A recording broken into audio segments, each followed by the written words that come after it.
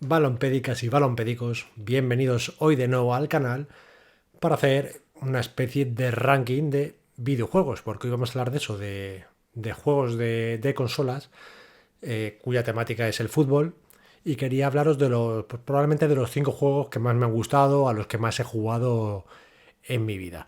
Así que vamos a ver qué juegos son los que he escogido hoy.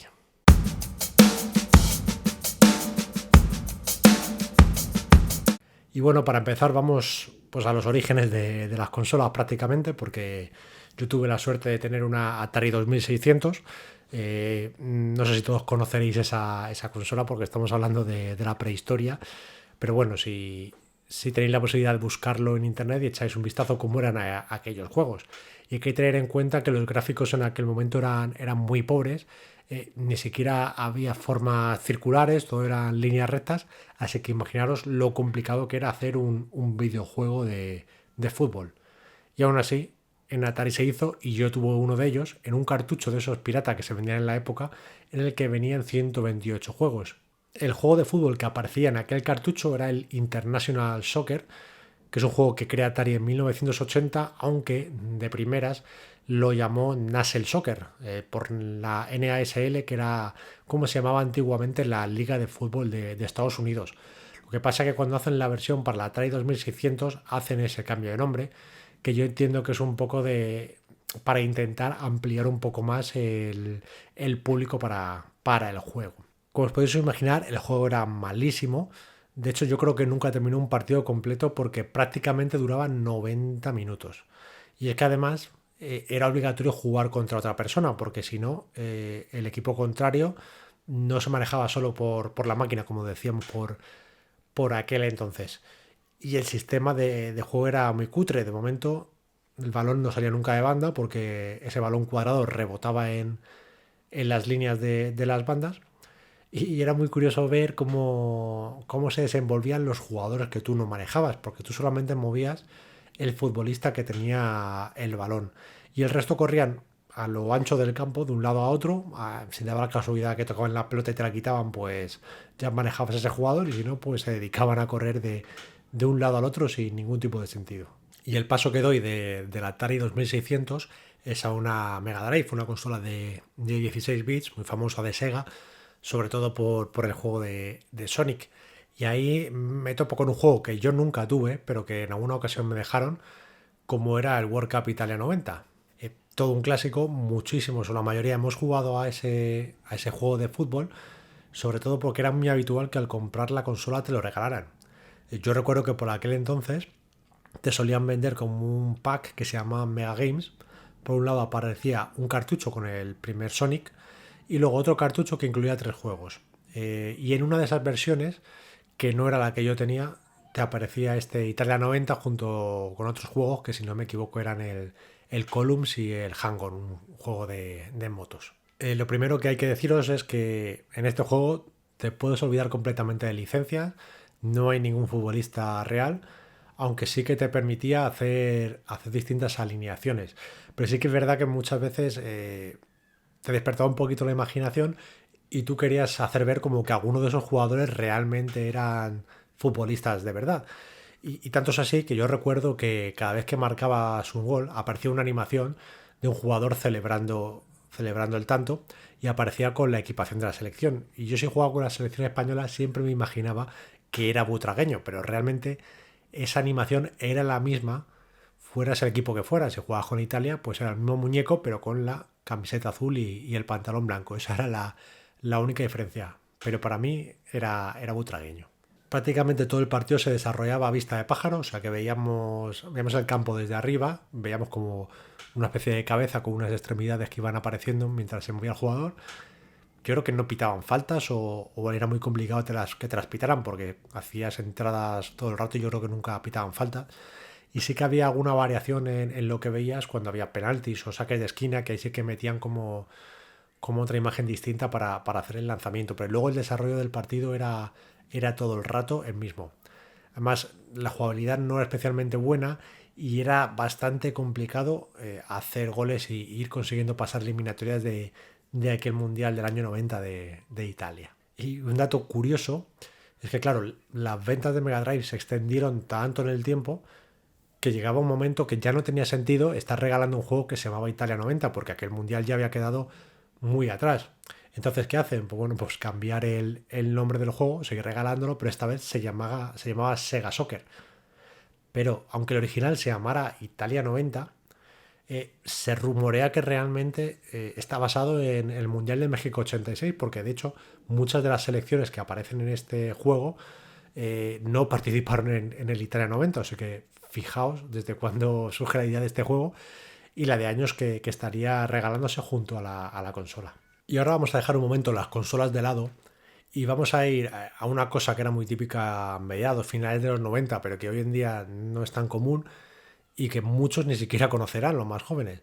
Y era el tema de los salones recreativos, en los cuales había pues, un montón de máquinas, que cada una solía tener un juego, y para jugar esos juegos pues tú tenías que echar una moneda y jugabas. Porque claro, hay que pensar que por aquel entonces no era tan habitual que todo el mundo tuviera una consola o un ordenador en su casa para jugar. Y en una de esas veces de ir a una recreativa y de acercarte a ese personaje que había por allí con una riñonera, al que tú le dabas, por ejemplo, 100 pesetas, y te daba varias monedas de 5 duros para poder jugar, pues me encuentro con una máquina que se titula Soccer Brawl. Una máquina recreativa que luego también estaría en consolas porque acabaría en Neo Geo. Y era un juego de fútbol muy curioso porque era como en un mundo futurista, con unos campos muy como del espacio, con futbolistas como biónicos que llevaban una especie de armaduras en la que apenas había reglas, podías hacer prácticamente todas las faltas que quisieras. Y es que además los jugadores hacían unos disparos como muy de Oliver y Benji, o una mezcla de Oliver y Benji y Bola de Dragón, porque parecía una onda vital el disparo. Era un juego muy, muy curioso y el que tenía también otra curiosidad, y es que no podías empatar los partidos. Si tú empatabas, era como si perdieras el partido y no podías seguir avanzando. Y vuelvo otra vez a las consolas, otra vez a la Mega Drive, porque seguramente al juego de fútbol al que más jugué en esa consola fue al FIFA 96. Eh, Hoy en día sigue siendo muy famoso la saga FIFA. eh, y por aquel entonces, esta yo creo que era la tercera edición que se hacía, supuso una completa revolución. Y os voy a enseñar, porque lo tengo aquí, el original. ¿Veis? Este FIFA 96 en el que sale uno de los hermanos de Boer en la portada. Una de las cosas más revolucionarias que tuvo este juego pues era la cantidad de ligas, de equipos, de selecciones que podías elegir, la capacidad de poder editar jugadores, de grabar partidas, que todo eso hasta ese momento no se podía hacer. Lo más que había en algunos juegos era una especie de password que te daban para tú poder volver a jugar al día siguiente y continuar donde lo habías dejado, pero este sí que te permitía este tipo de detalles. Y os voy a enseñar el cartucho para que veáis, los que recordéis las consolas de Mega Drive, este cartucho es muy grande para lo que solía ser un juego de Mega Drive. Y tenía esta especie de cosita aquí amarilla que era como una pila, que también lo incluían pues, juegos como el NBA Live. Y a lo que te permitía pues guardar todos esos datos, tanto ligas que estabas jugando, como los traspasos que hacías entre equipos, o los jugadores que tú editabas, como por ejemplo crearte a ti mismo.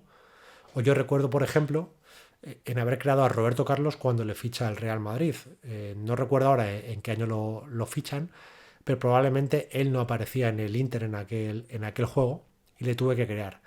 Pero claro, yo no tenía ni idea ni de qué jugaba Roberto Carlos. Sabía que era un brasileño que fichaba en Madrid por aquel entonces.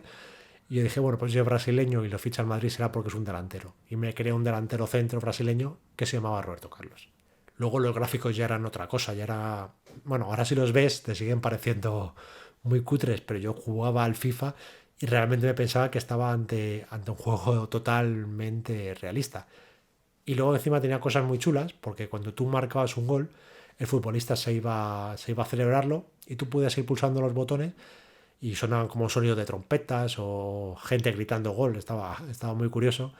Y además recuerdo también que cuando el árbitro te sacaba tarjeta amarilla, tú podías salir corriendo y el árbitro iba como detrás tuya hasta que ya te hartabas y te parabas y te sacaba la cartulina.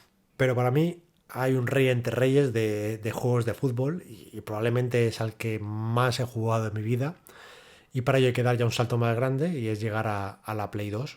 Y ahí nos topamos con este juego que tenéis aquí, con el PS6, que muchos consideran como la mejor versión que ha habido en la historia de este videojuego. Al igual que FIFA, pues sigue siendo una de las franquicias más importantes y sigue habiendo un montón de gente jugando. Yo recuerdo haberlo empezado a jugar ya en la Play 1 con el International Superstar Soccer, todos los eSpro que salieron, y luego ya en la Play 2 con el PES.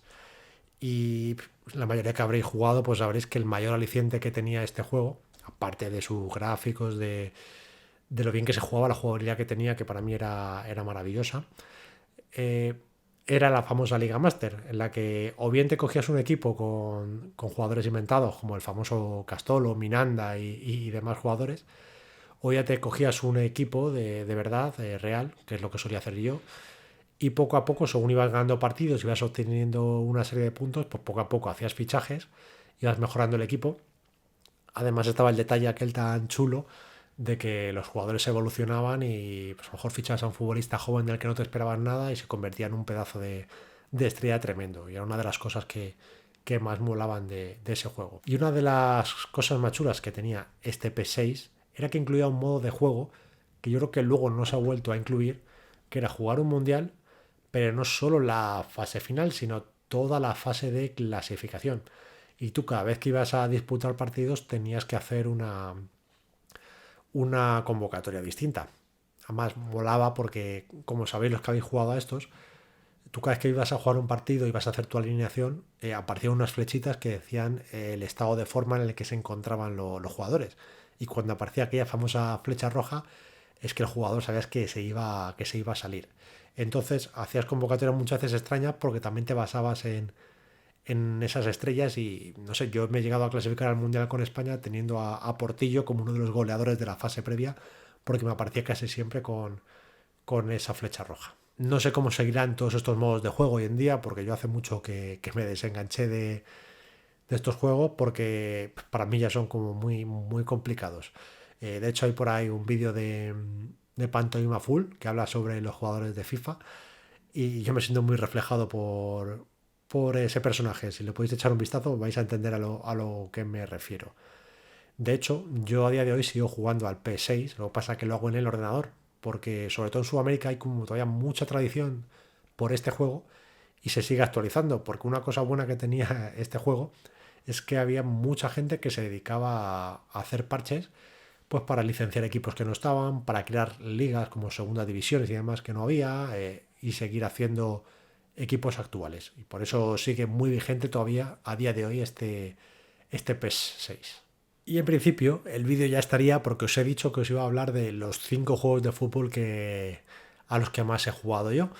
Pero al final, dándole vueltas, he querido incluir un sexto como una especie de bonus track porque realmente en Mega Drive hubo un juego al que jugué bastante más que al Italia 90, sobre todo porque es que ese Italia 90 yo no lo tuve, a mí me lo dejaron alguna vez.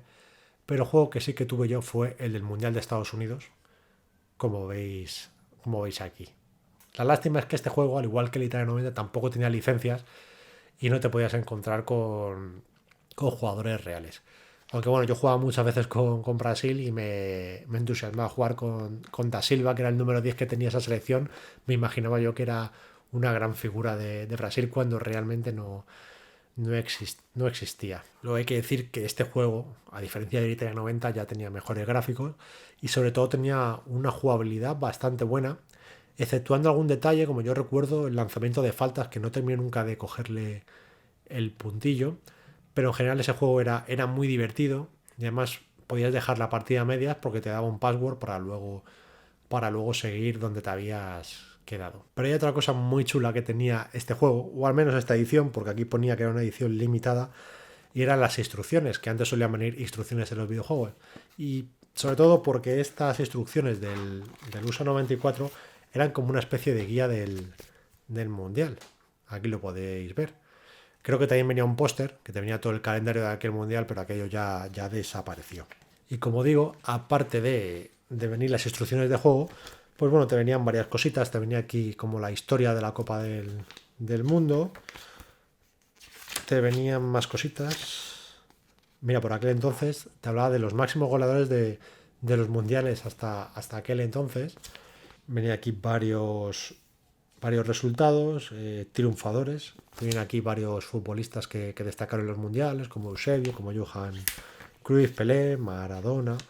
Y luego te venían todos los equipos que disputaban el mundial y te destacaba pues una estrella por cada uno de los equipos. En Suiza está Chapuisat, por ejemplo. En Colombia Faustino Asprilla. En Brasil ponían a Bebeto, el delantero del Depor. En Alemania estaba Karl-Heinz Riedel. En España ponían a Julio Salinas como el hombre más peligroso. En Argentina a Gabriel Batistuta. En Nigeria está Isaac Semitoye. Stoikov en Bulgaria. Hugo Sánchez en México. Roy King con la República de Irlanda. Roberto Baggio con Italia. Dennis Bergkamp con Holanda. Te contaba todas las sedes, programa del torneo, por si lo querías ir rellenando. Incluso te venía como un pequeño cuestionario por a ver si acertabas algunas preguntas sobre este mundial. Y este sería un poco el repaso a esos videojuegos que a mí me han marcado más. Me dejo alguno en el tintero, también muy interesante, el Kickoff, que yo lo jugué bastante en Master System, porque conocía a un chaval que la tenía y de vez en cuando jugábamos. En Nintendo había alguno chulo, como el Nintendo World Cup, que tengo aquí apuntado. El Sensible Soccer, a ese también jugué alguna vez en Mega Drive, que también me lo dejaron, y muchos más juegos que ha habido por ahí. Si vosotros recordáis algún juego que os haya marcado mucho, pues bueno, lo podéis poner en los comentarios. Y nada, si os ha gustado este vídeo tan nostálgico, pues darle al pulgar de me gusta. Si no, pues no os molestéis en darle a no me gusta, dejarlo pasar y ya está. Suscribíos al canal y darle a la campanita pues para estar atentos a todos los vídeos que vayamos subiendo por el canal. Y nada más, un saludo y nos seguimos viendo por aquí.